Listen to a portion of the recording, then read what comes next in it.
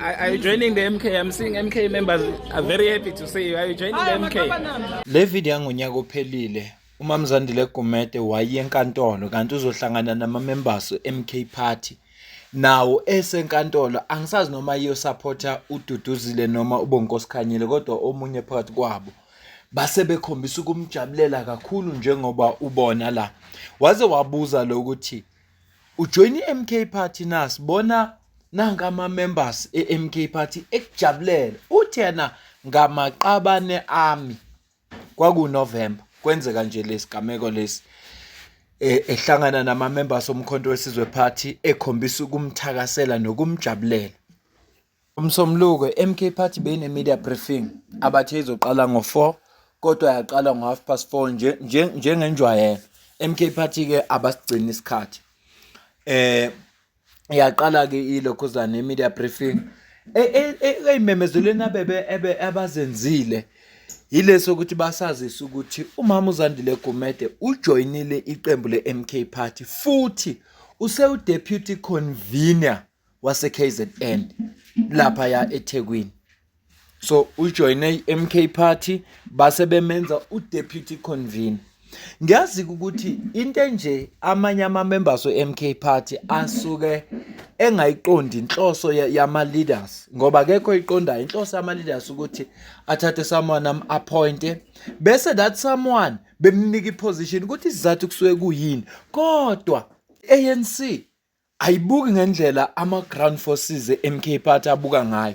Ngiyasazi isikhalo sabantu beMK party esekwekwenzeka nje isikhathini esiningi kuthiwa ya kuvela abantu abasuka kwamanye amaqembu bathi befika nje bebenikwa ama position ekubeni thina kudala besikhona yonke lento esuke ikhulunywa ngama members kodwa kwiANC lesi senzo seMK party sitranslate ngenye indlela ufikile Mbalula amayikhuluma ngaleli gxathe elithathwe umama uZandile Gumede ukuthi ajoine iMK party then bamenza uDeputy convener yena uphawule kanje. Besides everything else, I don't think that there were issues between us and Zandile. I think it is not really a shock because at the end of the day, with the coming local government, we knew that MK party, Jacob Zuma, will go and recruit her to be the face of eThekwini municipality. So it's fine. The struggle continues. And the ANC will work to serve the people of this country and will work to contest in eThekwini. And we are not at war or any regret with Zandile. She have chosen a path and she have decided to follow her heart and to follow the path that she has followed, which is Jacob Zuma. It's fine. We'll do what it is necessary, what we have been doing to work for the people of South Africa. And that's it.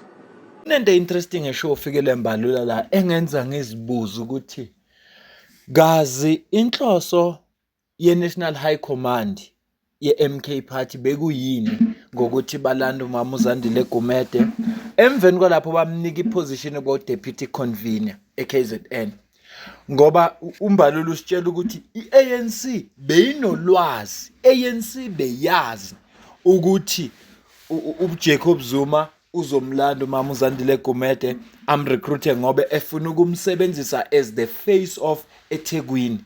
Siyazi ukuthi wakwa iphathi indawo yaseThekwini ngaphambilini kuANC. Ngathi kwaba umeya khona. So ngizibuza ukuthi kazi yini inhloso ye-National High Command ngokulanda lo mama. Kazi ANC umisihleli sinalo lolwazi lokuthi uJacob Zuma will go after umama uZandile Gumede. Kulolwazi abanalo. Kulolwazi nje abanalo.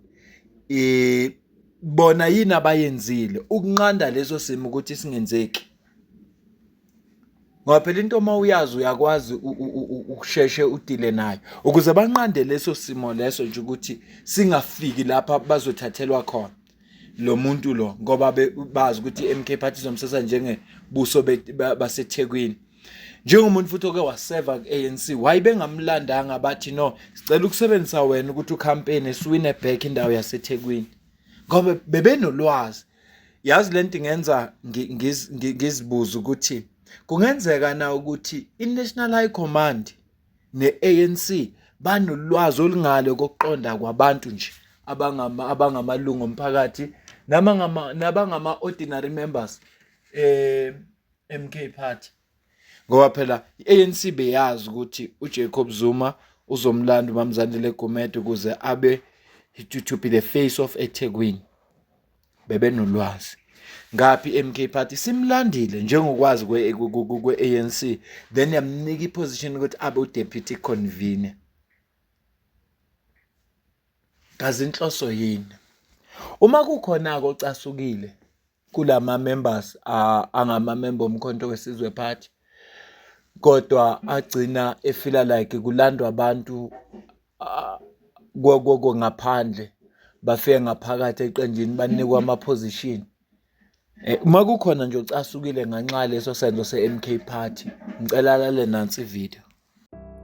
Le video le akuyona yakho mayingekho into ekudinile emkhontweni akuyona yakho le video suka kuyona ungayibuki eyalo muntu onento emdinile lalelake mawudiniwe asikho isinqumo ozosithatha usadiniwe sibe correct asikho isinqumo ozosithatha nje mawusadiniwe okwazi ukuthi sizoba wrong vele ngoba udiniwe noma ngabe into ekudinile i-correct kangakanani ucorrect kangakanani impela kudlaliwe ngawe impela uxhashaziwe impela urojiwe impela kunjani kodwa isinqumo sokuzosithatha mawusadiniwe suke sizoba wrong.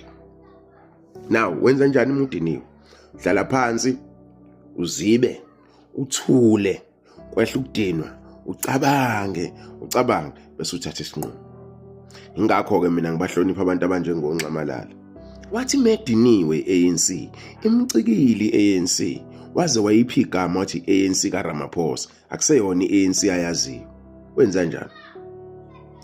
Wavela wamemezela ukuthi yabona ke ngomhla ka 29 May ngizovota nomkhonto wesizwe ngeke ngivote noANC.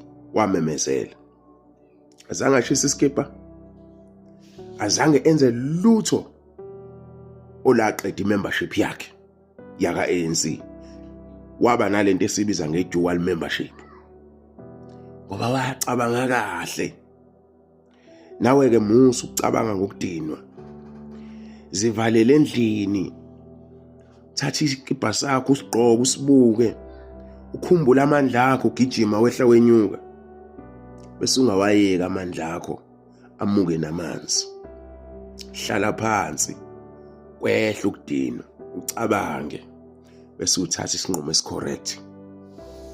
Uma wenze njalo ke kobe sewukhulile ke kwipolitiki sewufundile kwipolitiki ukuthi uma kwenzeka izinto ezingahambisani nawe noma ongazithandi akusho ukuthi iqembu alife kodwa fanele ukuthi iqembu ukwazi wena ukukhuluma nalo indirect uveze ulaka lakho eqenjini mawungaculisekanga kodwa ungaliyeki iqembu life futhi ungalibulali iqembu kodwa uveze ulaka lakho. Ngicela ukuze ukuphala kwakho la comment section ngizwe ukuthi wena ubona kanjani lolu daba esilixoxayo kwisinqumo esithathwe iMK Party kwinkulumo kaFikile Mbalula nakwiseluleko sikaShilisi.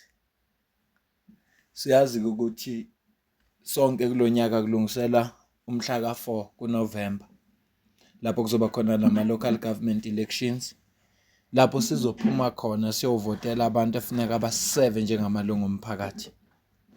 Into enhle ngama local government elections abantu esiyobavotela kulokho ilaba abasebenzela umphakathi ngqo ilaba abaseduze kwethu ibona abantu efuneka babonta asinayo imigwaqo asinawo amanzi ibona abantu efuneka benze sure ukuthi ama sports grounds agundiwe yonke into right parking yethu right ama-potholes emgwaqweni ngoba yilabo ngempela abasebenza nathi.